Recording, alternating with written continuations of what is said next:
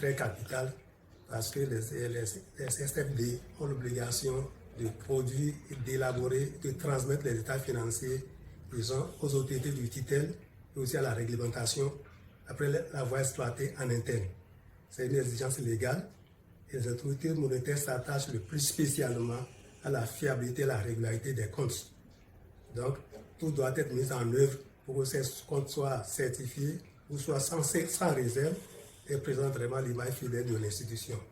Donc, tous les dirigeants ont l'obligation de consacrer une période disons cette période-là, une attention particulière aux travaux de fin d'exercice, de mobiliser les ressources humaines qu'il faut pour pouvoir réussir cette étape. Comme cible, nous pouvons retenir tous les acteurs impliqués dans le processus d'élaboration et de contrôle des états financiers, surtout des travaux d'inventaire. Et on pourrait citer d'abord les comptables, les chefs hiérarchiques, les chefs comptables, les inspecteurs, contrôleurs, appelés auditeurs sous l'audition.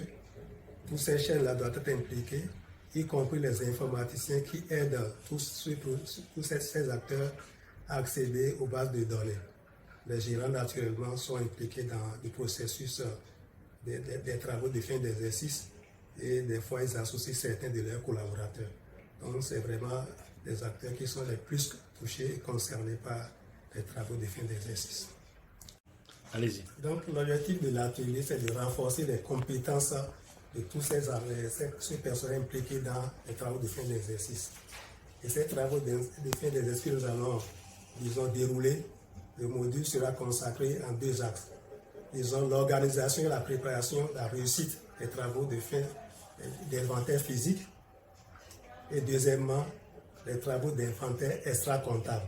Après qu'on ait fait l'inventaire physique, tous les travaux que les comptables sont appelés à faire avant de sortir de l'état financier. Nous allons parcourir tout ce processus.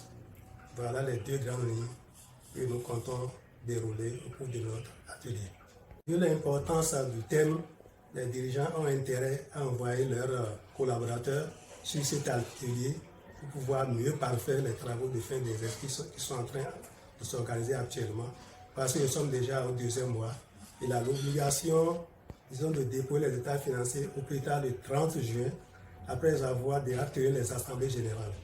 Et je pense que les dirigeants ont intérêt à avoir des états financiers fiables et sincères pour pouvoir prendre de bonnes décisions. Donc, ils ont intérêt à envoyer leurs collaborateurs, non seulement qu'ils vont fiabiliser les comptes, mais les rendre dans les délais et avoir moins d'observations, moins de réserves sur leurs comptes et états financiers.